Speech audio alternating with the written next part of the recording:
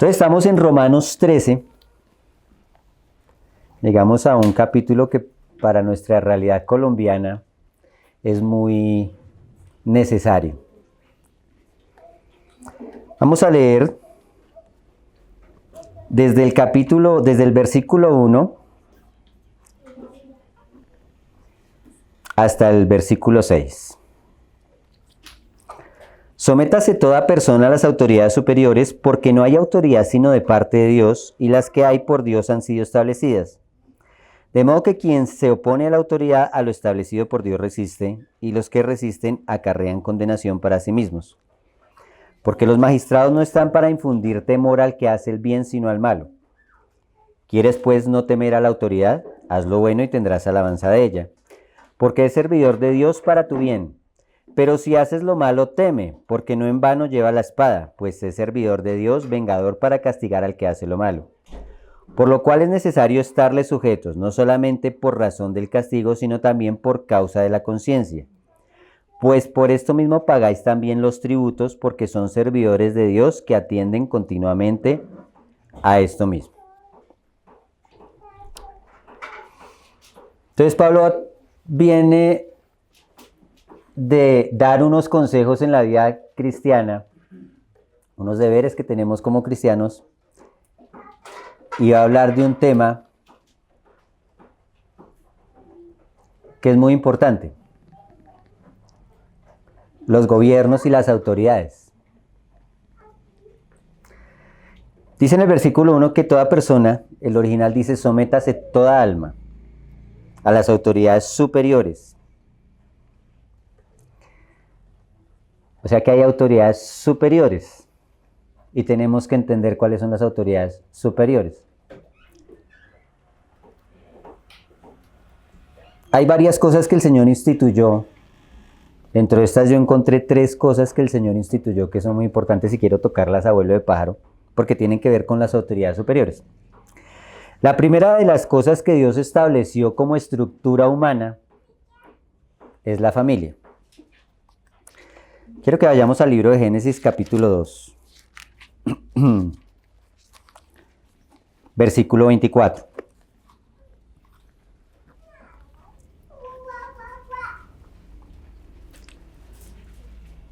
Por tanto dejará el hombre a su padre y a su madre y se unirá a su mujer y serán una sola carne. Entonces el Señor establece la familia. La familia no es un invento del hombre. No es algo que al hombre se le ocurrió, no fue algo que se dio sutilmente, fue algo que Dios estableció. Y nosotros vemos y la experiencia nos demuestra que donde hay familias sólidas, hay sociedades sólidas. Donde en una iglesia haya familias sólidas, la iglesia es sólida en la palabra. Los hijos se crían con el temor de Dios. Por eso es muy importante edificar las familias. Fue la primera institución que el Señor creó. La primera estructura humana. Creo que vamos al libro de Efesios, capítulo 5, que nos va a hablar acerca de cómo es este sometimiento en la familia y en otros aspectos a las autoridades superiores. Efesios 5,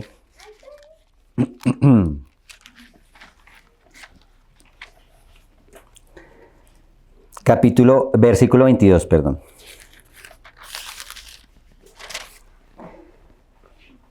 Versículo 21. Someteos unos a otros en el temor de Dios. Las casadas estén sujetas a sus propios maridos como al Señor. Entonces Pablo está hablando acá en Romanos 13 de que debemos someternos a las autoridades superiores. O sea que hay como un orden. Hay algo que es organizado. Dios tiene un orden. Dentro de este orden para la familia, acá habla en Efesios 5. Las casadas estén sujetas a sus propios maridos como al Señor, porque el marido es la cabeza de la mujer, así como Cristo es cabeza de la iglesia, la cual es su cuerpo y Él es su Salvador. Así que como la iglesia está sujeta a Cristo, así también las casadas lo estén a sus maridos en todo. No dice que el marido deba someter a la mujer. No es algo que se le dio al esposo. El esposo no debe someter a la esposa a la que voluntariamente entendiendo que el liderazgo se le dio al varón, se somete por amor al Señor y se somete en el Señor.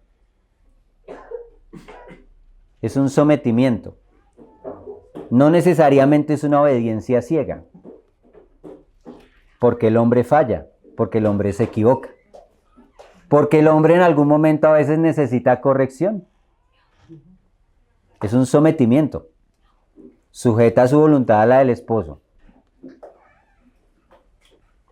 Entonces, si usted está pensando en casarse y no se ha casado, entienda que en el momento que usted se casa, mujer, muchacha, usted pierde su autonomía. Y si usted no está dispuesto a perder su autonomía, mejor no se case. Porque es el orden de Dios y las cosas funcionan así. Y cuando uno ve una familia así, donde el hombre es la cabeza, pero esa cabeza que está sujeta a Dios, porque Él tiene otro deber, acá lo va a hablar. Entonces la mujer se sujeta. Entonces es una autoridad superior. Y hay un problema cuando es el hombre el que se sujeta a la mujer. ¿Por qué? No es superior, no lo estableció Dios así. Y cuando es la mujer la que manda, la que establece el liderazgo en la casa, uno ve desorden y eso no falla.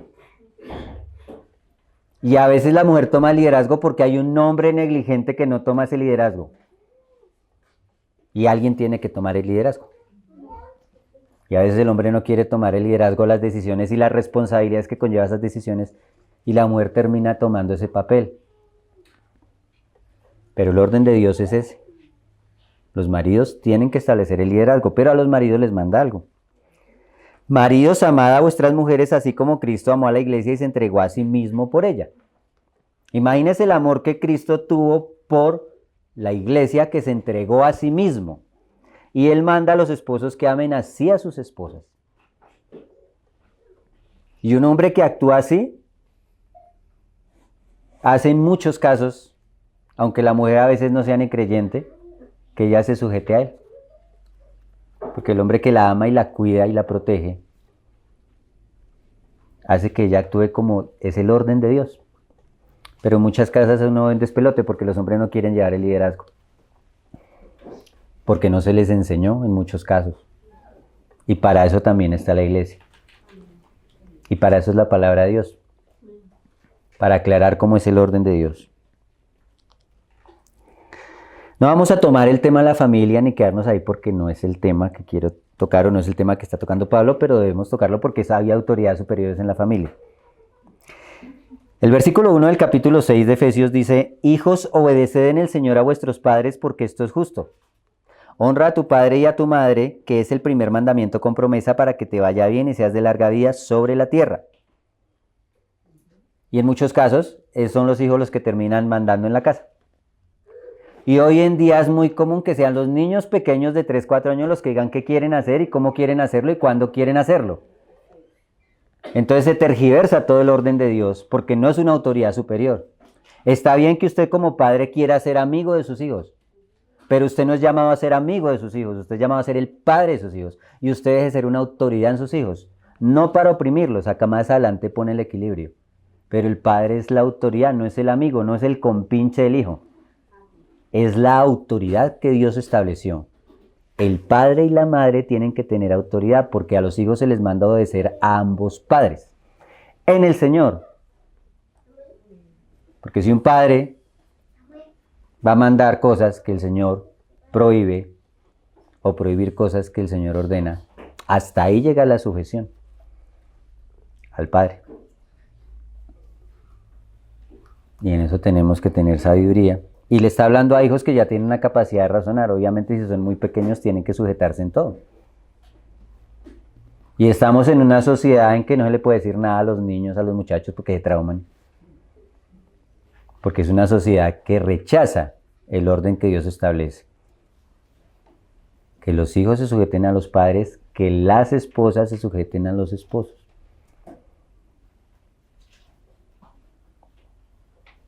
Y es lo que Dios establece.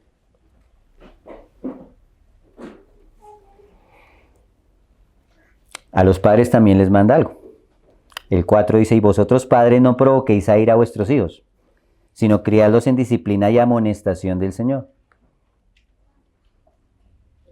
Amonestación, pero del Señor.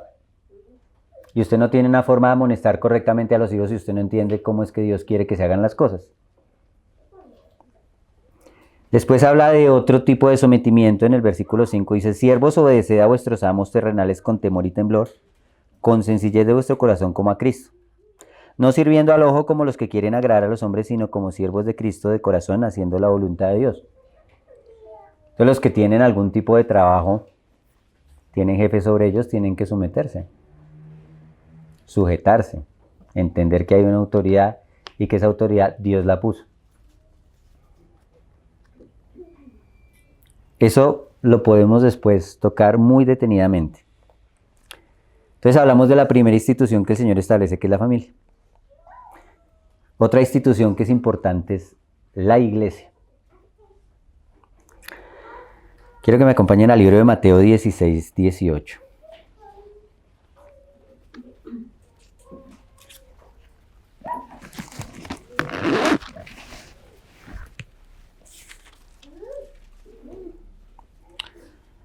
Quiero leerlo desde la versión de la Biblia del Oso para entenderlo un poquito más. En algún momento el Señor le pregunta a los discípulos, ¿quién dicen los hombres que soy yo? Y pues ellos tenían muchos pensamientos de quién es Jesús, y hoy en día pasa lo mismo. Jesucristo es un personaje famoso, el personaje más famoso de toda la historia. Y la Biblia sigue siendo el libro más vendido de todos los libros en toda la historia. Entonces la mayoría de personas han escuchado alguna vez de Jesús, por allá algunas tribus todavía que no han sido alcanzadas. Pero tienen diferentes pensamientos acerca de Jesús. Ahora él le pregunta a sus discípulos, ¿y ustedes quién piensan que soy yo? Y ellos como discípulos tienen un pensamiento. Pedro dice, tú eres el Cristo, el Hijo del Dios viviente. Eso era algo que no podía venir por una enseñanza humana, y el Señor es claro, él dice, bienaventurado usted, Pedro, porque eso no se lo reveló carne ni sangre. No fue que usted puso a estudiar, a escudriñar y a buscar a ver qué era, no.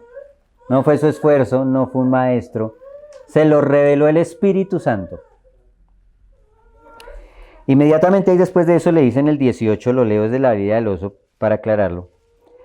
Mas yo también te digo que tú eres Pedro, una piedra pequeña, y sobre la piedra grande edificaré mi iglesia, y las puertas del infierno no prevalecerán contra ella. Entonces la palabra Pedro, que es Petros, es una piedrita pequeña tomada de un lugar, de una roca más grande, que es Petra. Entonces el Señor hace un juego de palabras. Usted es parte de algo, porque usted ya tiene revelación del Espíritu Santo. Usted ya es una piedra viva, y Pedro habla en sus cartas de que somos piedras vivas, que conformamos un templo que es esa gran piedra, que es la iglesia, y las puertas del infierno no prevalecerán contra la iglesia. En esta iglesia también hay autoridades, pero estas autoridades el Señor le dice que no va a ser como las autoridades del mundo, que las autoridades del mundo se enseñorean de sus súbditos, sino que el Señor dice que el que quiera tener el primer lugar debe ser como el que sirve. Y debemos también hacernos como niños. Entonces es una autoridad diferente, pero hay autoridades en la iglesia.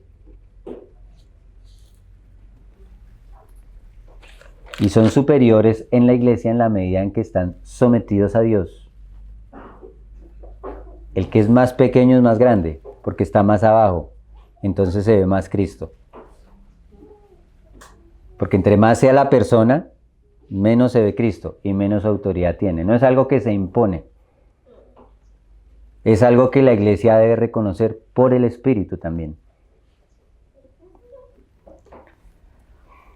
Pero específicamente Pablo acá en Romanos 13 no está hablando de esos dos tipos de autoridades, aunque también incluye esas autoridades. De todas maneras son autoridades superiores.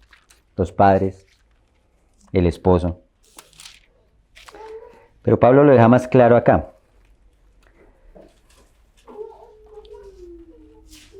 Porque no hay autoridad sino de parte de Dios, y las que hay por Dios han sido establecidas. Volvamos a Romanos 13.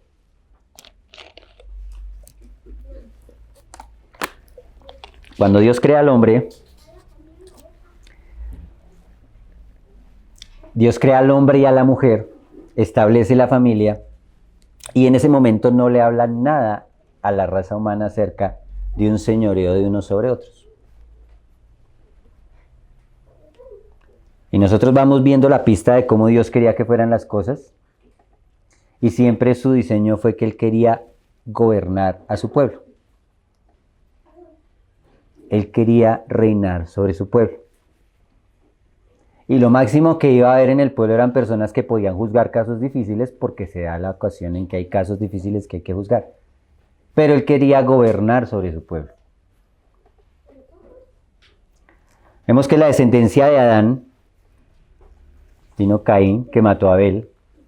Después viene el otro hijo de Adán y Eva, que es Set. Y toda la descendencia de Caín empezó a edificar ciudades.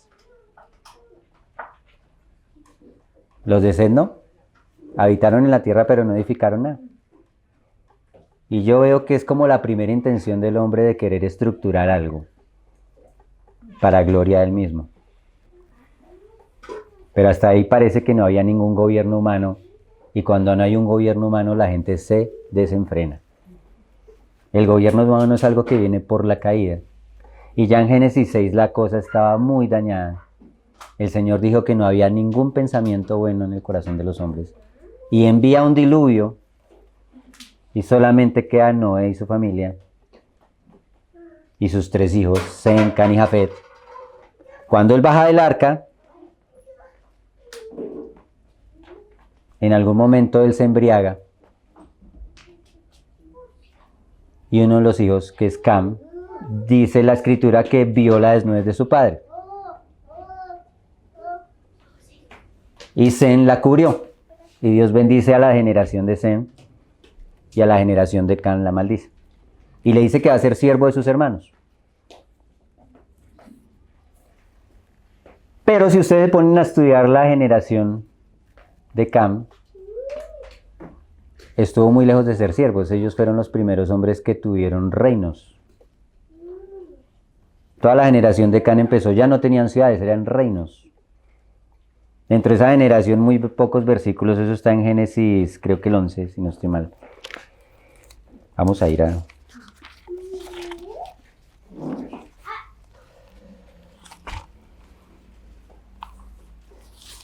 Sí, en Génesis 11. Génesis 10 habla de las generaciones. En el 6 dice de los descendientes de Cam, que fue aquel hijo que fue maldito por el padre porque vio la desnudez de su padre. Los hijos de Cam, Cus, Misraim, Fud y Canaán, y los hijos de Cus, Seba, Javila, Sapta, Rama y Sapteca, y los hijos de Rama, Seba y Dedán. Y Cus engendró a Nimrod, quien llegó a ser el primer poderoso en la tierra.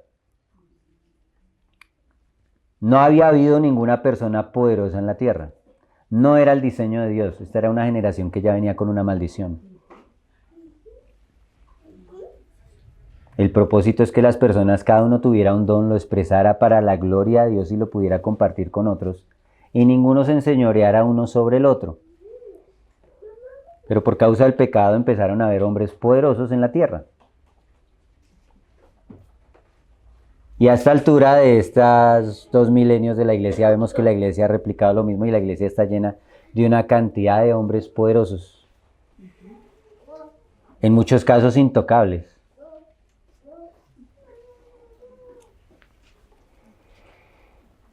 Entonces, después de esto, más adelante Dios llama a Abraham, lo lleva, le muestra una tierra, pero esa tierra él no la va a adquirir por la fuerza, la iba a heredar.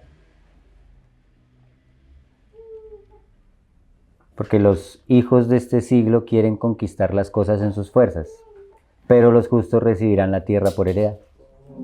Es una herencia que Dios da a los que están dispuestos a morir. Y Abraham tiene a Isaac, a Jacob, y él tiene a sus 12 hijos. Y entre esos hijos hubo un hombre que llegó a ser poderoso, pero a la manera de Dios. Porque ese hombre no buscó el poder, que fue José. Y Dios le dio el señorío. Pero siempre estuvo en segundo lugar, porque ese es el señorío que Dios da. que Él es la cabeza y nosotros reinamos siempre y cuando estamos sujetos a Él. Y su intención no era gobernar a sus hermanos para oprimirlos, sino que Dios lo llevó para salvar a su pueblo. Y no buscó venganza de lo que le habían hecho. Cuando tuvo la oportunidad no lo hizo. Incluso después de que muere Jacob, los hermanos quedan asustados porque piensan que José no tomó venganza por causa de que su papá estaba vivo y van y lo buscan. Y él les dice, no, ustedes no han entendido. Dios propició todo esto para salvarlos a ustedes.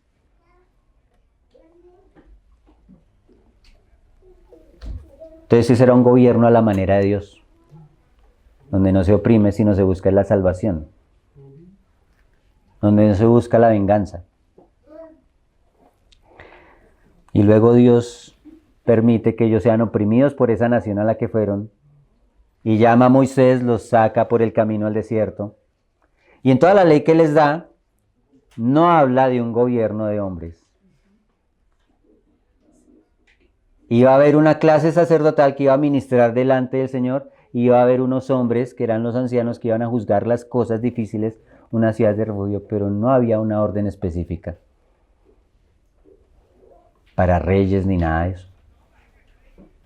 No está en el corazón de Dios. Sin embargo, Él en la única cosa que en la ley habla sobre los reyes, vamos a ir a Deuteronomio 17.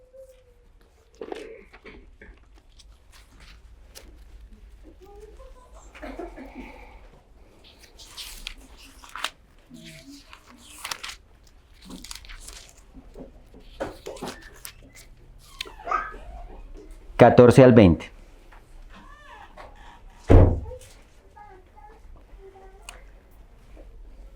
Cuando hayas entrado en la tierra que Jehová tu Dios te da, y tomes posesión de ella y la habites, y digas, pondré un rey sobre mí, como todas las naciones que están en mis alrededores, y digas, eso nacía del pueblo, y el Señor sabía que el pueblo tenía ese pensamiento. Vamos a ver más adelante qué pasó con eso. Pero eso no nació del corazón de Dios.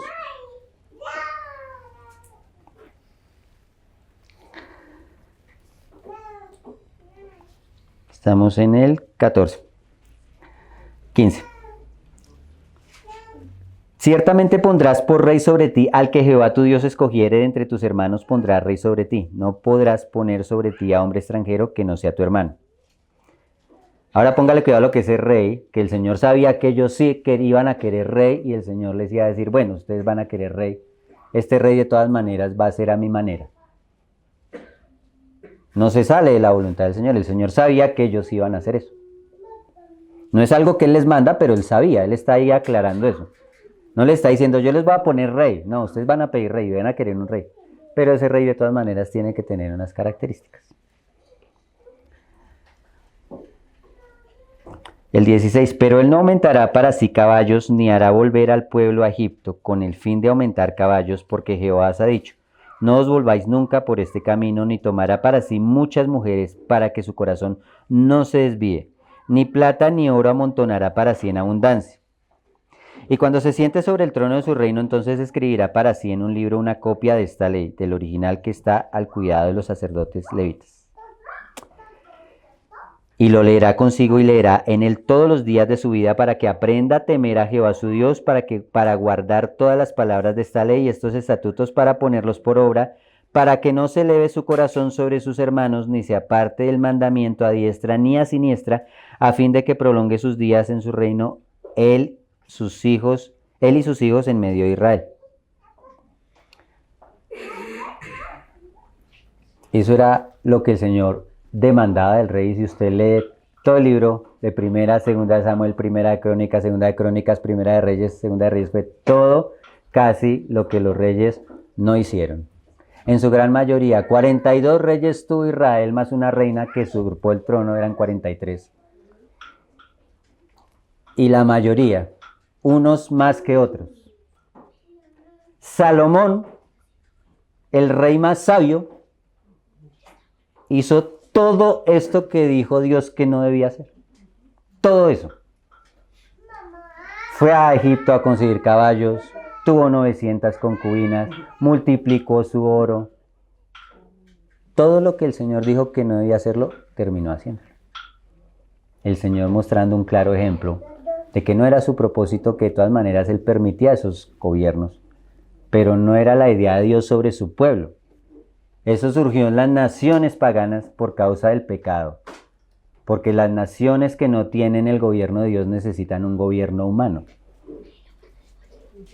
Vamos a ver eso, y por qué nosotros debemos estar sometidos a eso. Esta palabra se cumplió. Vamos a ir al primer libro de Samuel, capítulo 8.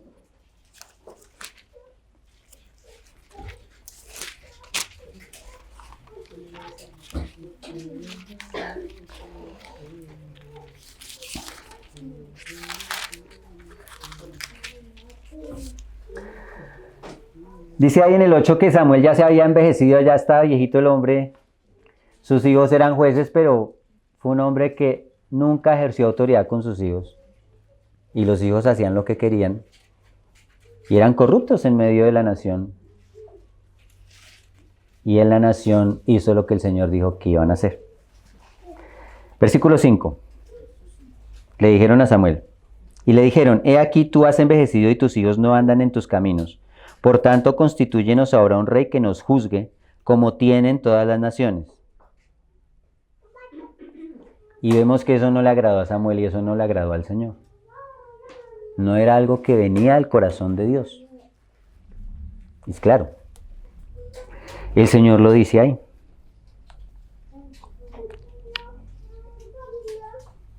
El 7. Y dijo Jehová a Samuel, oye la voz del pueblo en todo lo que te digan, porque me han desechado, para que no reine sobre ellos. Él quería reinar sobre ellos. Pero no les bastó porque querían ser como las otras naciones. Y tristemente, gran parte de la iglesia le ha pasado lo mismo. Porque no le basta que el Señor sea el que gobierne cada corazón, es lo que Él quiere. Cada vida debe ser dirigida por Dios. Y las personas que servimos en dado caso juzgamos casos graves. Pero la gente quiere un rey que sea el que le enseñe, el que pelee sus batallas y el que vaya delante de ellos. Fue lo que ellos dijeron. Porque no les basta el gobierno de Dios. Porque quieren un líder sobre ellos que sea el líder, que los anime, que pelee sus guerras, que pelee sus batallas, que los enseñe, que los instruya, que los guíe. Y eso nunca fue el diseño de Dios. Ni siquiera con el pueblo que estaba bajo la ley. Y mire lo que le dijo que iba a hacer ese rey, que terminó haciéndolo, y todos los reyes que vinieron después de él. El 11. Dijo pues, así hará el rey que reinará sobre vosotros. Tomará vuestros hijos y los pondrá en sus carros y en su gente de a caballo para que corran delante de su carro, y nombrará para sí jefes de miles y jefes de cincuentenas. Los pondrá a sí mismo a quedar en sus campos y siguen sus mieses, y a que hagan sus armas de guerra y los pertrechos de sus carros. Tomará también a vuestras hijas para que sean perfumadoras, cocineras y amasadoras. Asimismo tomará lo mejor de vuestras tierras, de vuestras viñas y de vuestros olivares, y las dará a sus siervos. Diezmará vuestro grano y vuestras viñas para dar a sus oficiales y a sus siervos. Tomará vuestros siervos y vuestras siervas, vuestros mejores jóvenes y vuestros asnos, y con eso ellos hará sus obras. Diezmará también vuestros rebaños y seréis sus siervos, y clamaréis aquel día a causa de vuestro rey que os habréis elegido, mas Jehová no os responderá en aquel día. Pero el pueblo no quiso oír la voz de Samuel y dijo, no, sino que habrá un rey sobre nosotros, y nosotros seremos también como todas las naciones, y nuestro rey nos gobernará y saldrá delante de nosotros y hará nuestras guerras. Y oyó Samuel todas las palabras del pueblo y las refirió en oídos de Jehová. Y Jehová dijo a Samuel, oye su voz y pon rey sobre ellos.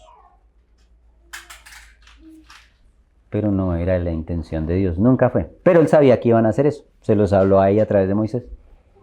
Y les dio ese rey, y el primer rey que fue Saúl, que fue un hombre perverso, terminó sus días endemoniado. De todas maneras, Dios levantó a David, que era un rey conforme a su corazón, pero David, con todo lo que era conforme al corazón de Dios, cometió muchísimas cosas terribles. Asesinato, adulterio. El rey más sabio de Israel, que fue el hijo Salomón ya vimos todo lo que hizo y eso es para otro estudio. Y no se salva ninguno, casi ninguno. Aún en el pueblo de Dios.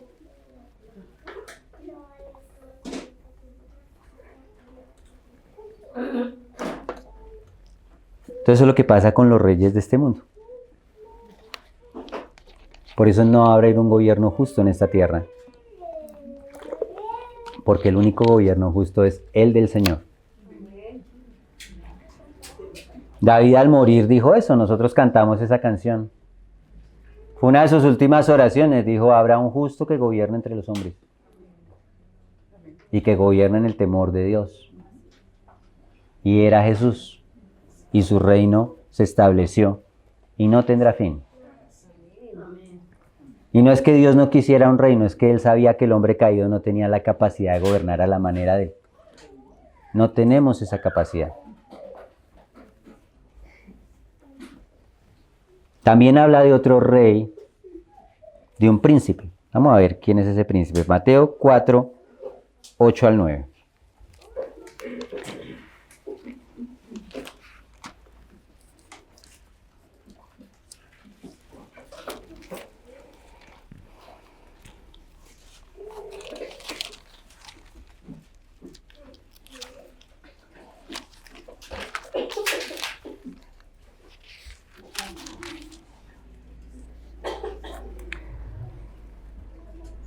Jesús, después de ser bautizado, fue llevado por el Espíritu al desierto y Satanás lo llevó y lo tentó. Una de las tentaciones fue esta, dice en el versículo 8, otra vez le llevó el diablo a un monte muy alto y le mostró todos los reinos del mundo y la gloria de ellos y le dijo, todo esto te daré si postrado me adorares. Entonces los reinos de este mundo y la gloria de los reinos de este mundo, Satanás tiene autoridad de dárselas. ¿A quién lo adora? Vamos a ir a la primera carta de Juan, capítulo 5, versículo 19.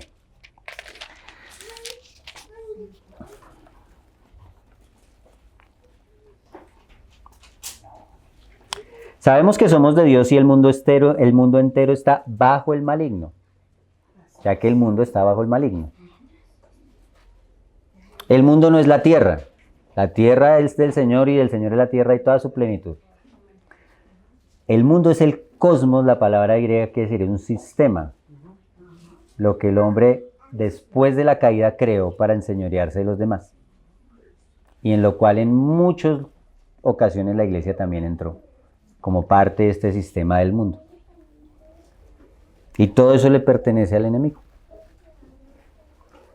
Efesios 2, 1 al 3.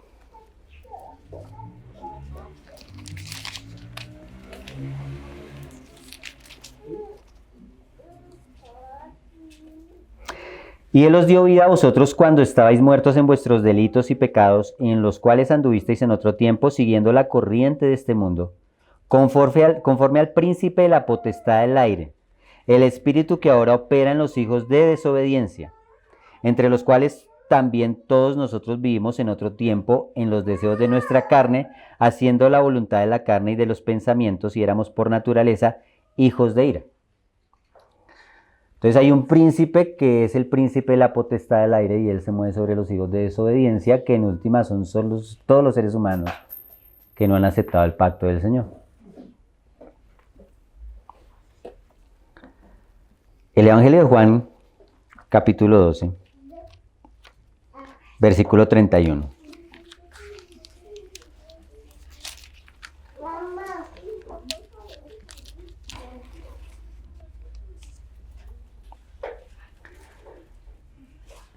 Ahora es el juicio de este mundo. Ahora el príncipe de este mundo será echado fuera.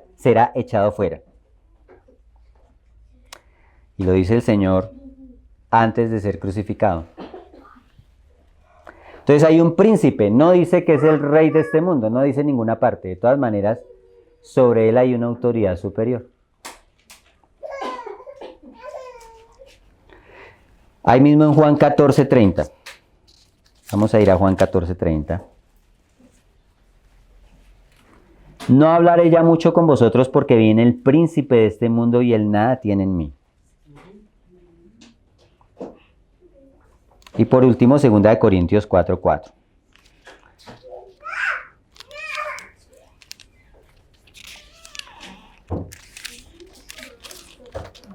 Segunda de Corintios 4:4.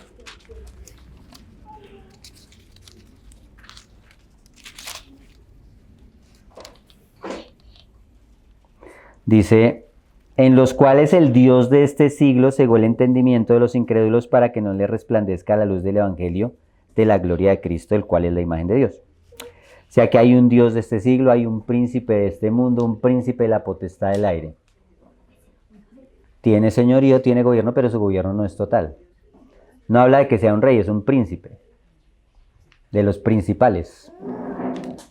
Nosotros vemos en el libro de Job capítulo 1 y capítulo 2 que de todas maneras esta potestad, esta entidad, este ser está sujeto a lo que Dios ordene y hasta donde Dios le permita llegar. Él no pudo tocar a Job sino hasta que Dios se lo permitió. Entonces él gobierna, pero su gobierno es muy limitado. Eso era como en el Imperio Romano. Poncio Pilato era un gobernador, entonces le dieron una provincia ya para que, Señor, gobernara en esa provincia ya de esos judíos revoltosos, porque eran revoltosos para el imperio. Entonces Poncio Pilato tenía un gobierno, pero él estaba sujeto al emperador.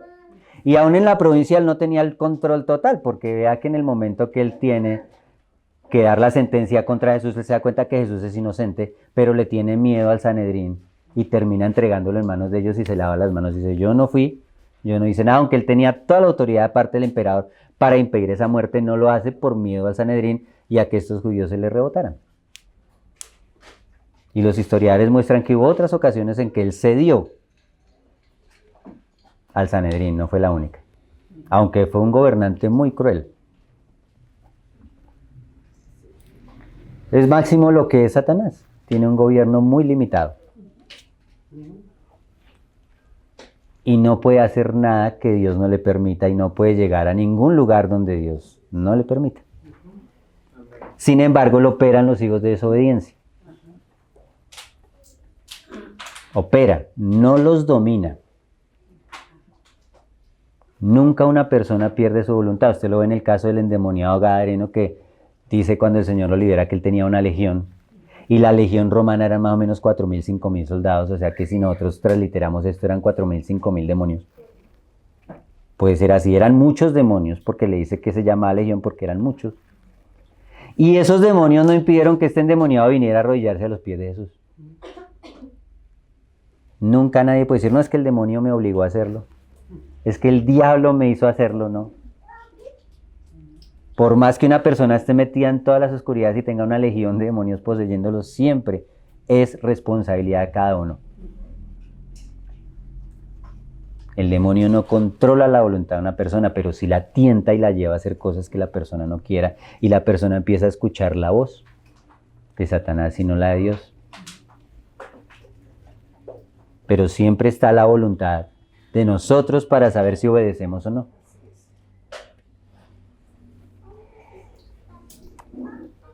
Eso pasa en los hijos de desobediencia, pero nosotros no debería pasar así. Vamos a ir al libro de Colosenses.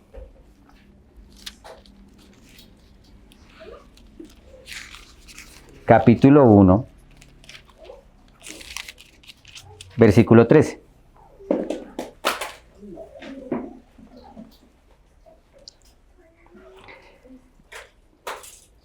Desde el 12.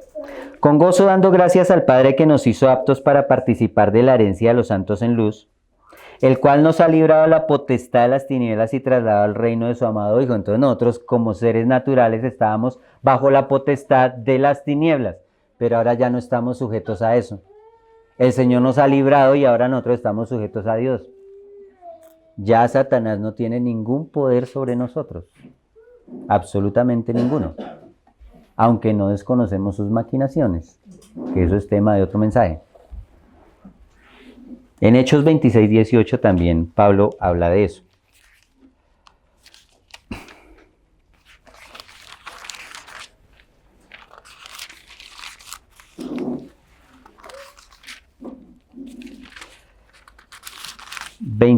Versículo 18 dice: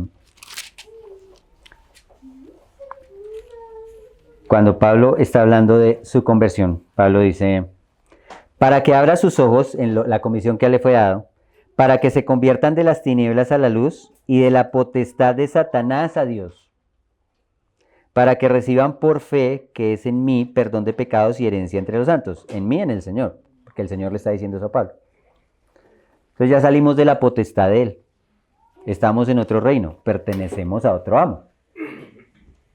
Entonces el poder del diablo es limitado. Y parece ser que antes de la venida del Señor tenía un poco más de acción.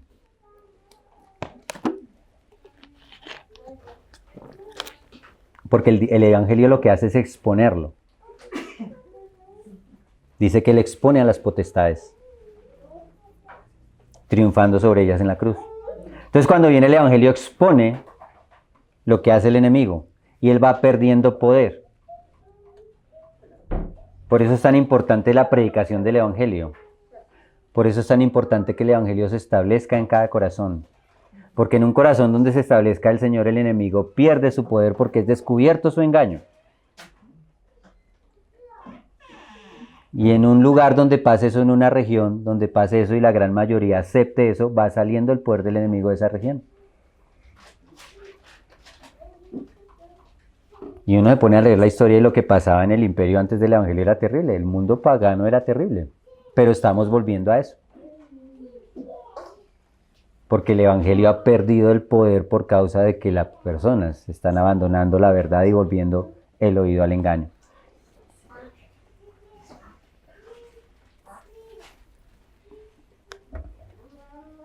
Los ángeles, aún incluso los ángeles no caídos, son limitados en su poder. Dice que ellos ven en la iglesia y aprenden de la iglesia. Dice en Efesios 3:10.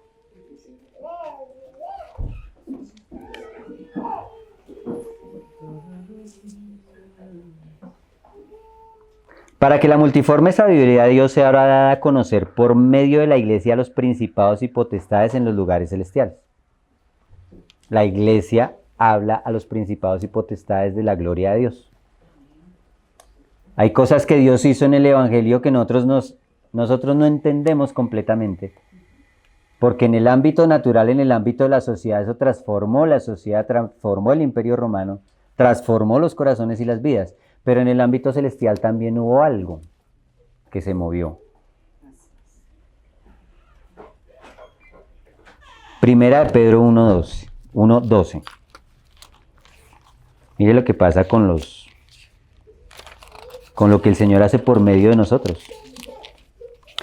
Primera de Pedro 1:12 dice: a estos se les reveló que no para sí mismos, sino para nosotros, administraban las cosas que ahora os son anunciadas por los que os han predicado el Evangelio por el Espíritu Santo enviado del cielo, cosas en las cuales anhelan mirar los ángeles.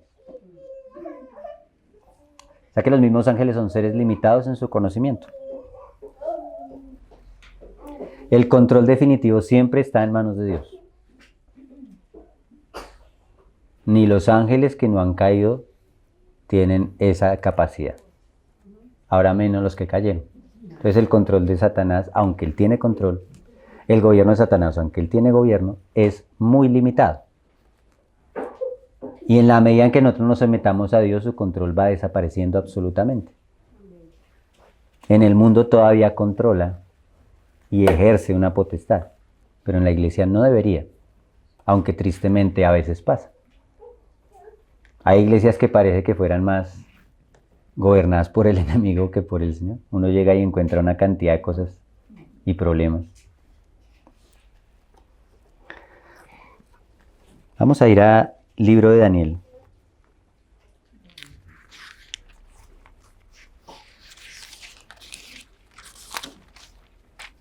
Capítulo 1.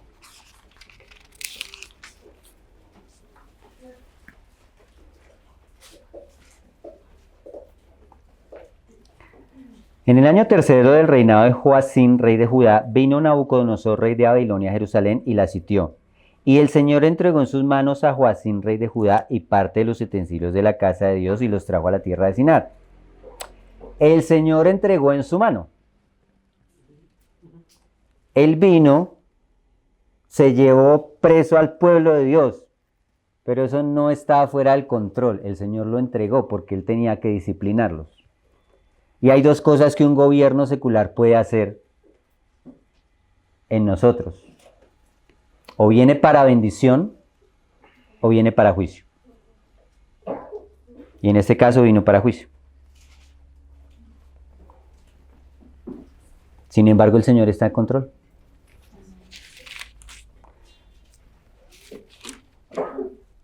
Hay un capítulo en que el Señor le muestra a Nabucodonosor en el capítulo 2 un sueño que lo atormenta, y Daniel interpreta el sueño, y ese sueño habla de todos los reinos que iban a venir después de ese rey.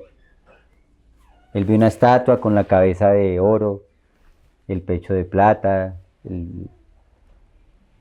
y luego viene el bronce, y luego viene el hierro y el barro mezclado con hierro. Y era como si iba denigrando los gobiernos de este mundo. Y eso no se salía del control de Dios. El Señor ya sabía que eso iba a pasar. No se sale del control de Dios lo que nosotros vemos ahorita, todo este desorden. No está por fuera del control de Dios. No está el Señor en algún lugar del cielo allá asustado con sus ángeles diciendo, ¿y ahora qué vamos a hacer con todo este despelote? Él permite y en algunas cosas envía, pero siempre Él está bajo el control. Nabucodonosor termina por reconocerlo. En el capítulo 4, el 29 al 37.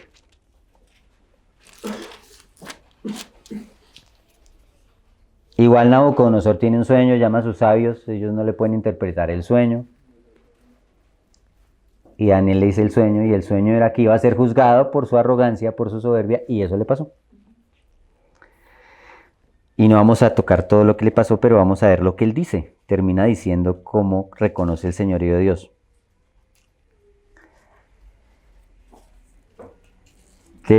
Vamos a leerlo.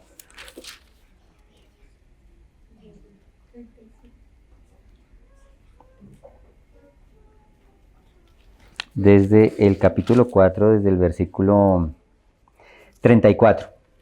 Mas al final del tiempo, después de que le vino el juicio, yo Nabucodonosor alcé mis ojos al cielo y mi razón me fue de vuelta, y bendije al Altísimo y alabé y glorifiqué al que vive para siempre, cuyo dominio es sempiterno y su reino por todas las edades. Todos los habitantes de la tierra son considerados como nada, y él hace según su voluntad en el ejército del cielo y en los habitantes de la tierra, y no hay quien detenga su mano y le diga, ¿qué haces? En el mismo tiempo mi razón me fue de vuelta. Entonces Nabucodonosor termina aceptando que él tenía el poder y el señorío porque Dios se lo había dado. Y los reyes y los gobernantes de este mundo que reconocen eso les va bien. Vemos el ejemplo que les va bien. Ellos reconocen que simplemente son siervos de un Dios poderoso. Vemos en el caso de Faraón que pasó lo mismo. Dice que Dios puso a Faraón para exaltar su nombre. Y endureció el corazón de Faraón.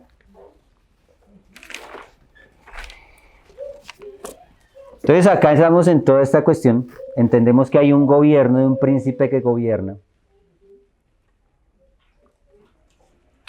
Y Pablo dice, y viene a decir acá en Romanos 13, volvemos a Romanos 13, que nos sometamos a toda autoridad. Porque no hay autoridad sino de parte de Dios.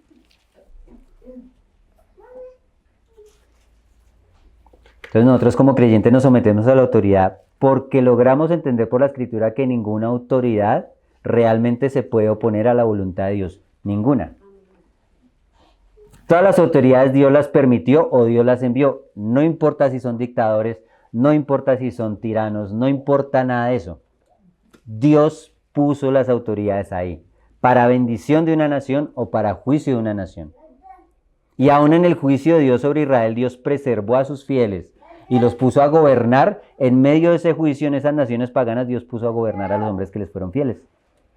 Y estos hombres tiranos los escuchaban y les tenían temor. Y eso ha pasado a lo largo de la historia.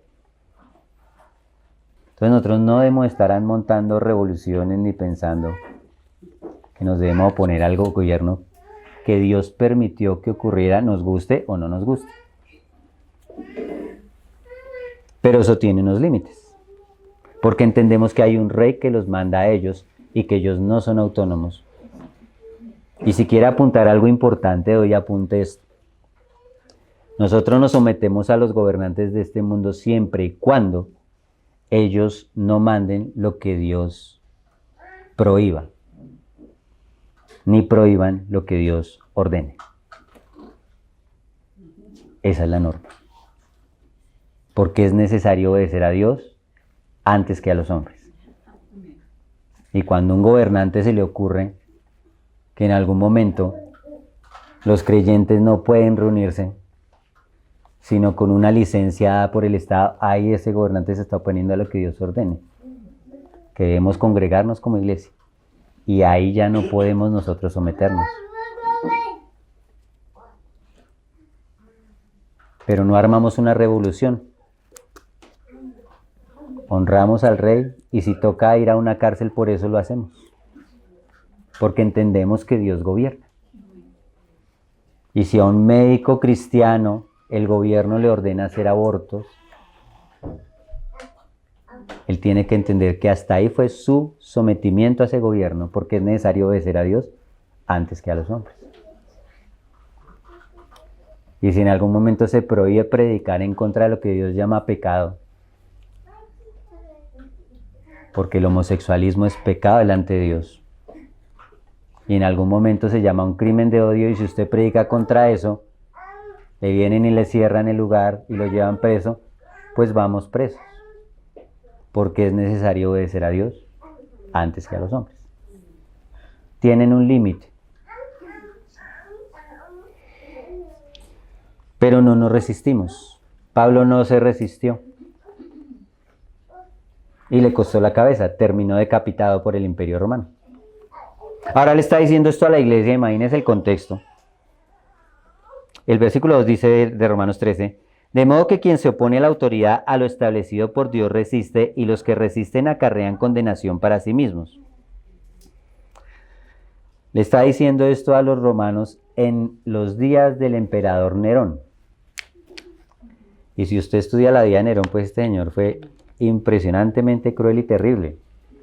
Terminó matando a su propia mamá.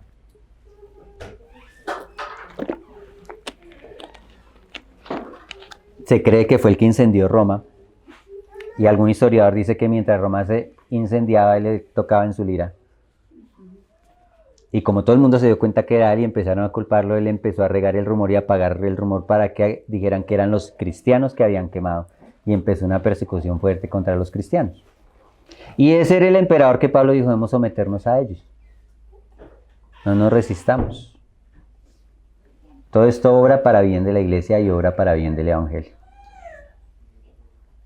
Porque en algún momento surge la tentación de que entendemos que este mundo es gobernado por el enemigo y que nosotros somos de un reino superior, entonces ya no tenemos que someternos a ninguna autoridad.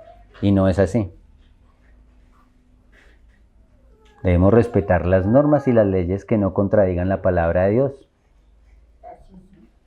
Y no porque nos vean. Usted va en su vehículo y el semáforo está en rojo y yo me lo paso porque nadie me está viendo. Pero Dios sí lo está viendo. Y es una autoridad establecida por Dios. Mire los accidentes que eso puede causar. Y miro a ver cómo hago acá para tomarle el pelo a este impuesto. Porque nadie me está viendo.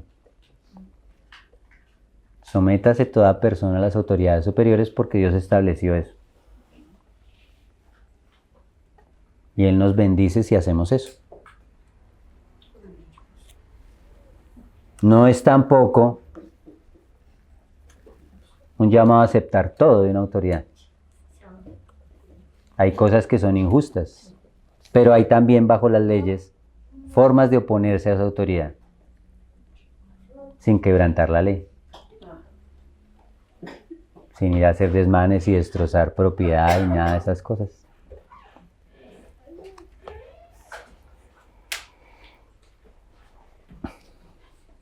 Ahora, ¿cómo deberían funcionar estos gobiernos? ¿Cómo debería pasar? ¿Cómo sería el ideal? Dice el versículo 3, porque los magistrados no están para infundir temor al que hace el bien, sino al malo. ¿Quieres pues no temer la autoridad? Haz lo bueno y tendrás alabanza de ella. Porque es servidor de Dios para tu bien. Pero si haces lo malo, teme, porque no en vano lleva la espada, pues es servidor de Dios, vengador para castigar al que hace lo malo.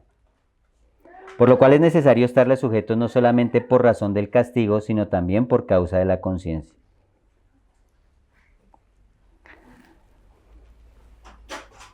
Entonces, eso era lo que debía hacer la autoridad. Y nosotros en estas sociedades democráticas tenemos una pista para identificar cuando una autoridad está más cercana a Dios y cuando el gobierno que está establecido está más cercano a la bendición de Dios o más cercano al juicio. Y de pronto cuando a alguna autoridad se le ocurre que al que hace el mal es mejor recompensarlo y darle algún tipo de beneficio y darle una indulgencia porque pobrecito, es que él es víctima de la sociedad y él roba, no es para hacerle daño a usted, es para llevarle un regalo a su novia y no está castigando al que hace lo malo, podemos ver en qué camino va la nación. Porque los mandatarios están puestos para que castiguen al culpable y al que hace lo malo. Y los malos deberían temer a esa autoridad. Y los buenos no deberían temer a esa autoridad, pero los buenos terminan llenos de temor en una sociedad así porque subvierten el orden de Dios. Entonces vemos qué tan cercana está la nación a la voluntad de Dios. Y muy probablemente a nivel mundial los gobiernos cada vez van a estar más alejados de esa verdad y van a favorecer más al criminal y al que hace lo malo que a la persona de bien, que la cargan de impuestos y la cargan de cosas y el delincuente cada vez puede andar más libre y más a sus anchas. Entonces son juicios de Dios. Porque Él debería infundir temor, es al que hace lo malo. De todas maneras, nosotros debemos respetar la ley y el orden establecido por Dios. Mientras eso no quebrante la palabra de Dios, y también se nos pide orar por los gobernantes.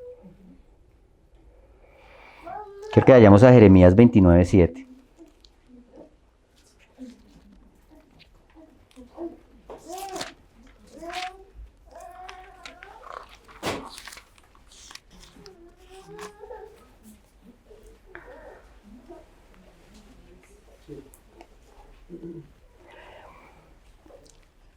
El Señor había establecido un juicio sobre Israel y los iban a hallar cautivos, y Jeremías hasta el cansancio les dijo: si ustedes no se arrepienten van a ir cautivos. Y vinieron y los llevaron cautivos. Y cuando los llevaron cautivos, en lugar de arrepentirse y encontrar que eso era el juicio de Dios sobre ellos, empezaron a rebelarse y a formar unas guerrillas internas para rebelarse contra ese poder que los quería hacer cautivos. Y eso es lo que hace el ser humano. Pero el Señor les da otro consejo y les dice: y procurad la paz de la ciudad a la cual os hice transportar, y rogad por ella, porque en su paz tendréis vosotros paz. Si en algún momento Dios establece un gobierno que sea una dictadura, que sea algo que venga a quebrantar los derechos, ore por ese gobierno y por esa ciudad y busque la paz de eso. Y entienda que es un juicio que Dios envió sobre la nación y que ojalá la nación aprenda lo que tenga que aprender. Porque generalmente esas revoluciones terminan muy mal, con más muertos. Y cuando un poder ataca una revolución tirana, generalmente termina montando un gobierno mucho más tirano que la revolución que tumbó. Casi siempre en la historia ha pasado eso. Aunque hay momentos específicos en la historia en que se debe usar la fuerza, y eso es otro tema. Pero el Señor nos manda a orar por los gobernantes. Primera de Timoteo 2.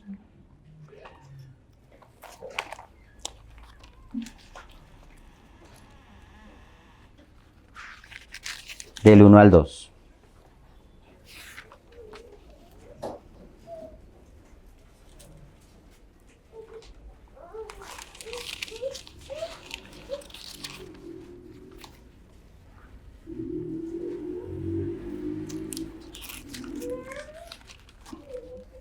Dice: exhorto ante todo a que se hagan rogativas, oraciones, peticiones y acciones de gracias por todos los hombres, por los reyes y por todos los que están en eminencia, para que vivamos quieta y reposadamente en toda piedad y honestidad. porque esto es bueno y agradable delante de Dios, nuestro Salvador, el cual quiere que todos los hombres sean salvos y vengan al conocimiento de la verdad. Entonces debemos orar por los gobernantes, nos gusten o no nos gusten. Pero esa oración no es para que necesariamente les vaya bien, sino para que lleguen al arrepentimiento, porque dice que el Señor quiere que todos lleguen al conocimiento de la verdad.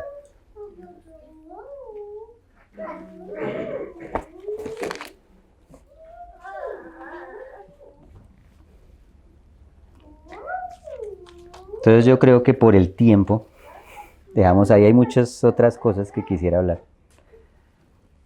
Pero para concluir lo siguiente.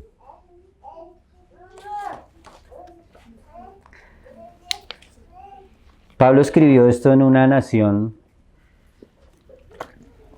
que no tenía la posibilidad de elegir a sus gobernantes, como nuestras naciones democráticas, donde nosotros creemos de buena fe que tenemos esa posibilidad. No sabemos si eso es cierto. Yo dudo mucho de las democracias en los países latinos. Se mueven muchas cosas oscuras detrás de todo eso. Pero creemos que tenemos la posibilidad. Y como tenemos esa posibilidad, también tenemos que ser responsables por quién votamos. ¿A quién elegimos? Si usted vota por un candidato que claramente tergiversa los principios de Dios y va en contra de la ley de Dios, no vale de nada que después usted ore por ese gobernante.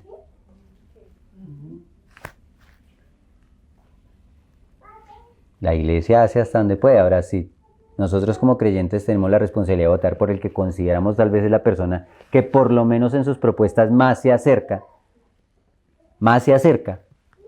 a lo que Dios establece en sus principios, y esa persona no es elegida sino el otro, pues ya nosotros no somos responsables de eso. Y oramos por esa persona, porque Dios puede volver el corazón de esa persona o torcer sus decisiones equivocadas. Pero nosotros estamos en la mano de Dios. Y no importa que sean tiranos, dictadores, hombres buenos, no importa. Somos de un reino diferente. Tenemos un rey sobre nosotros que está sobre cualquier gobernante del mundo. Y nuestra esperanza tampoco está en el reino de este mundo, sino en el reino de los cielos, donde hay verdadera justicia. Y el único rey justo es nuestro Señor Jesucristo. Y Él quiere gobernar en su iglesia, en cada corazón. Porque aún entre su iglesia, Él no quiere que se levanten hombres a gobernarla, sino siervos de Dios que puedan servir a la iglesia. Porque Él quiere ser el que gobierna cada corazón, cada vida y la guía a sus propósitos. Amén.